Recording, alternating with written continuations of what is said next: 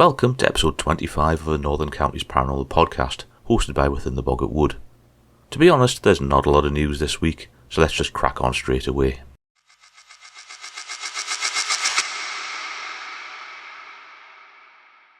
Today's first story takes us across to look at Levens Hall in Cumbria. Levens Hall lies about 5 miles south of Kendal in Cumbria and is a Grade 1 listed building, park and garden. The hall, said to be the largest Elizabethan house in the county, is owned by the Baggett family but is open to the public for visitors to look around the hall and gardens. I'll put a link to their website in the episode description in case anyone is interested.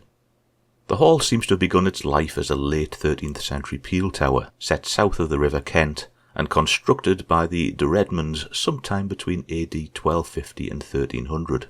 The estate was sold to the Bellinghams in 1562, and in 1580 James Bellingham refurbished and altered the building.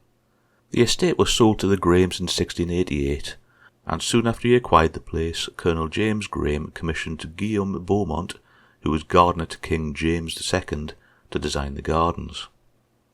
He laid out the gardens between 1689 and 1712, with the overall layout of the gardens and deer park remaining much the same today as his original vision. A number of alterations to the house were also undertaken during that time, with work being undertaken between 1691 and 1692, then later in 1709, 1786 and 1796. The main entrance we see today was constructed in the mid-19th century, and the Grahams remained at Levens until the estate passed first to the Howards through marriage, and subsequently to the Baggetts in 1883, when Captain Jocelyn Fitzroy Baggett was passed the estate by his aunt, twice removed Mary Howard.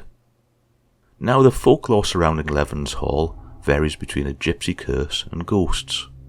The gypsy curse seems to have an interesting history, for want of a better word.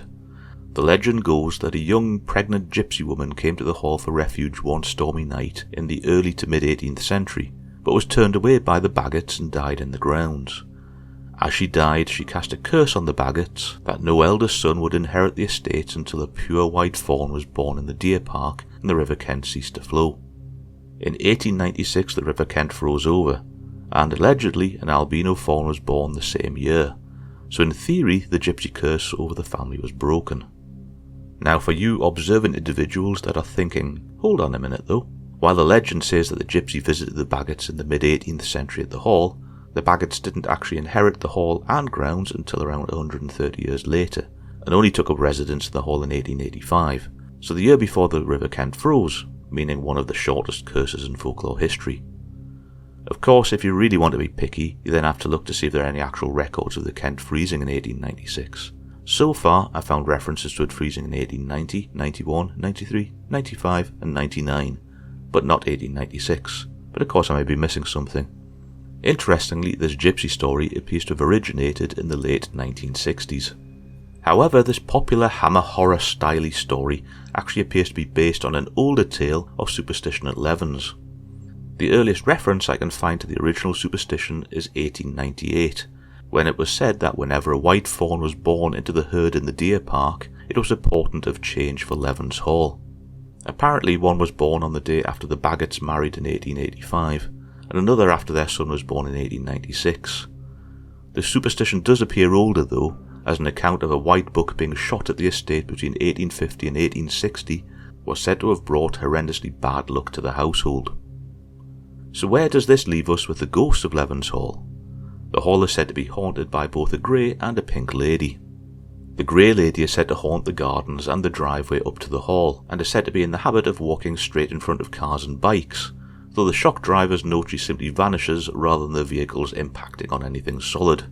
The first reference I can find to the Grey Lady is in an article in the Windsor Star in 1962. The first mention I could find of the Pink Lady was an article written in the press in late December 1969, and appears to have done its rounds across England's newspapers at the time in the tradition of telling ghost tales at Christmas. In it, referencing Hal Baggett, the article states, "His mother says that on his christening day in 1946, she was amazed to see a woman in a pink dress and mob cap peering into his cot. This was the Pink Lady. I have often seen her, and so have others. It is always in daylight, and she is standing or walking in the hall or on the stairs. She is dressed as an 18th century maid. Her pink skirt is looped at the waist, perhaps over panniers, but her cap always covers her face. She seems so real and solid that when I first saw her I thought, who on earth is dressed up in such old clothes? But then she suddenly vanishes like a figure on a television screen. There's no feeling of strangeness when I see her. She is just there one moment and then she's gone. As well as the two ladies, Levens is also allegedly haunted by a spirited small black dog, often seen bounding through the hall and gardens.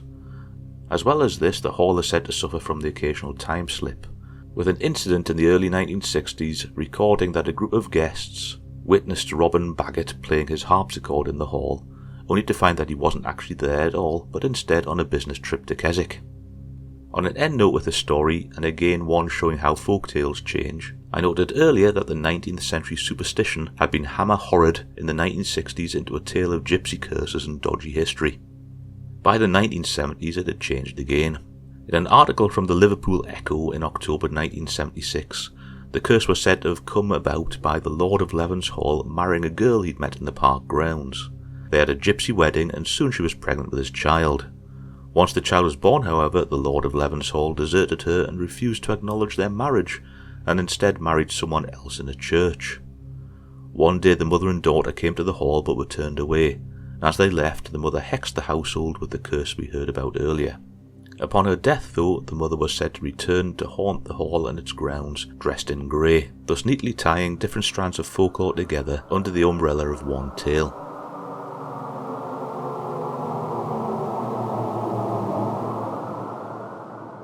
Today's from the archives comes from the Wemyss Gazette on Thursday 2nd of April 1903 and is entitled A Night with Mystery. 30 years ago, a widow named Haynes, living in a village about 40 miles out of London, disappeared one afternoon and could not be traced. She owned and was living in a large house, built 100 years before she bought it, and only a portion of which was habitable. She kept a man and a maidservant, and upon her disappearance the couple were arrested and put on trial charged with murder, but they cleared themselves and the mystery remained unsolved. Here was a woman known by sight, at least to 4/5 of the townspeople. She lived on the best street. It did not seem that she could have walked a score of yards without meeting a friend. She was in her sitting room at 2 o'clock in the afternoon. An hour later she was missing. She had not dressed for the street, had not left the room so far as the maid could see. Scotland Yard men worked at the mystery for 6 months before they gave up in despair. 6 months after the widow's disappearance, the house was to let, although stories were already current that it was haunted. The place was first taken by a grocer, who was known to everyone as a hard-headed man with plenty of nerve, and yet after 6 weeks' residence in the house he moved out. He had leased it for a year. I do not know what he may have told others, but he informed me under the promise of secrecy that he believed the house to be haunted. It was no use to ridicule the statement, for he was serious and earnest. The fact of his moving out proved that. He, however, made such reasonable excuses to others that he finally subleased to a mason named Applegate. The latter lived there only 3 weeks. Neither he nor his wife would offer an excuse beyond that the place was rather lonesome, but a daughter, 20 years old, said that they heard footfalls passing through the house until all were half scared to death. On several occasions, she said, the kitchen door had been found open when everyone was positive it had been locked. It was a year before anyone else took the house. It was then vacated for good. Everybody now firmly believed in the stories of a ghost, and though it was offered rent-free to poor people, no one would move into it. When it was put up at auction, there was no bid, and so no sale was effected. While ready to admit that I half believed in the curse, I can truthfully declare that the stories reaching me from the time to time regarding the house excited my contempt. For several months before my opportunity came, I was anxious to pass a night there and see what would occur. House and grounds had long been abandoned to the tramps, but yet on certain occasions these tramps made queer statements about what happened there. The windows had broken, the doors torn away, and one's fine old mansion was a bad wreck when I inspected it one afternoon. The only doors left intact were the sliding doors separating the parlours. The others had been used for fuel in the fireplaces. I told no one of my intention, but at 10 o'clock that night, armed with a revolver, candle and matches, I returned to the house and sat down on the floor in the corner of the back parlour. There was a doorway between this room and the dining room, and one between that and the kitchen. It was a warm night in summer, with never a breath of wind. It was as quiet as a graveyard in the house and about the grounds. You must not think me boastful when I tell you that I was not even shaky. I was somewhat excited, but not at all nervous. In the first place, I believed that all the stories had been grossly exaggerated, and in the next, I was of the opinion that some practical joker had a hand in the business, if there was anything in it. From 10 till 1 o'clock nothing happened, nothing except my going to sleep. I heard the town clock strike 12, and I heard the first quarter chime.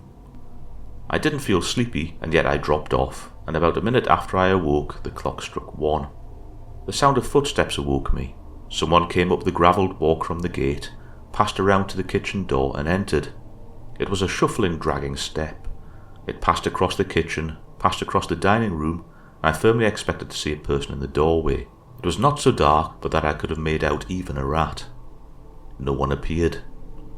I crept on hands and knees to the doorway. No one could be seen.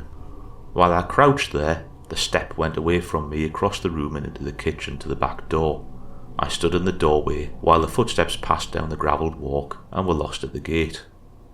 Whose footsteps? You tell. I returned to the parlour and sat down. In about 10 minutes, someone slowly descended the front stairs. There were no front doors. I tiptoed into the front parlour and thence into the hall. Nothing was to be seen. After a minute, the footfalls echoed down the hall leading into the dining room.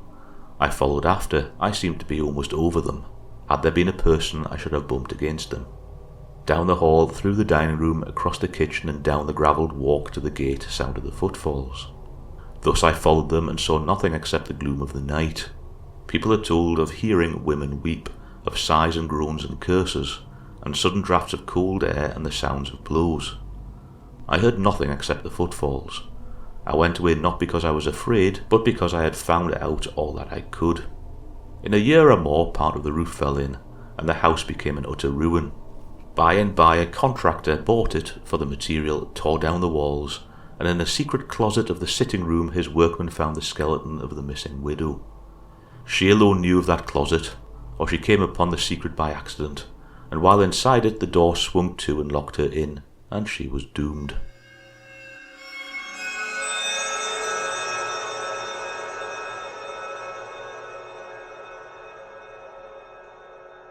Today's folktale is the Hazlerigg Dunnie, as told by William Henderson in his 1879 volume, Notes on the Folklore of the Northern Counties. I have lately heard from a clerical friend of a strange Northumbrian sprite, who has been entirely passed over in any accounts of the northern folklore to which I have access. This sprite is called the Dunnie. He appears to be of the Brownie type, and is located at Hazlerigg in the parish of Chatham in Northumberland. Like others of his race, he is much addicted to mischievous, troublesome tricks, such as the following, in which he frequently indulges. When the midwife is wanted in a farmer's family, and the master goes out to saddle his horse, that he may fetch her, the Dunnie will take its form. The false creature carries him safely, receives the midwife also on his back behind the farmer, but on their return, in the muddiest part of the road, he will suddenly vanish, leaving the unhappy pair floundering in the mud. Or again, when the ploughman has, as he believes, caught his horse in the field, brought him home and harnessed him, he will, to his dismay, see the harness come slap to the ground, while his steed kicks up his heels and starts across the country like the wind. Some years ago, the Dunnie was often seen wandering among the crags of the Cheviots, and heard repeating the following verse again and again in a melancholy voice.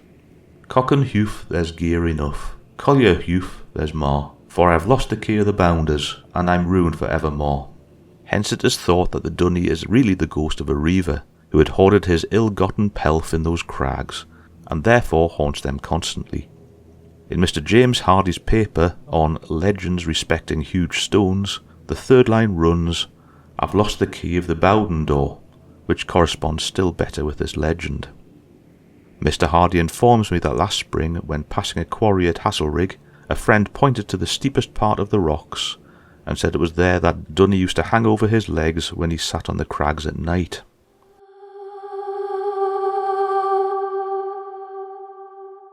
We'll finish off today's episode with the tale of a charm in Bothell, Cumberland. again sourced from Henderson's 1879 volume. It reads, "About the year 1825 there lived at Bothell in Cumberland a farmer named Billy Briscoe, who had married a widow, and a wealthy one for that part of the country, since her fortune was £60 a year. But unfortunately she also had a strong will and high temper, and as his were of the same character, the match did not prove a happy one. The ill-assorted couple were always quarrelling. If anything went amiss in the house or the farm, the husband at once threw the blame on his wife, who for her part was never at a loss for an angry retort. Things had gone on for some time in this wretched way, when in despair the husband applied to a wise woman for a charm to protect him from his wife's evil eye, and on receipt of a guinea she gave him 2 pieces of paper, each about 3 inches square, closely covered with writing, directing that one piece should be sewn inside his waistcoat and the other fastened within the cupboard door. This was done, and the change that ensued was wonderful. All was peace and goodwill. The cat and dog were transformed into a pair of turtle doves. But the harmony was, unhappily, of no long duration. After a few months the waistcoat was thoughtlessly popped into the wash-tub, and the charm disappeared along with the suds, while about the same time its counterpart was swept off the cupboard door during a grand house-cleaning. The spell was broken, peace was over, and the home more miserable than ever. The unhappy wife told all this to my informant, who, as a last resource, asked her why she did not go back to her own friends, since she could not make her husband happy. 'I've thought of that,' she replied, 'but my money's here, and how could I go away and leave other people to eat my meat?'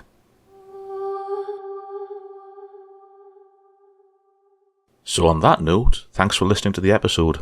As per usual, if you want to know more about the project, including social media and Patreon links, please visit the project website at theboggartwood.uk or within theboggartwood.org.uk. Until next time, stay safe and make sure you check your waistcoat before you wash it.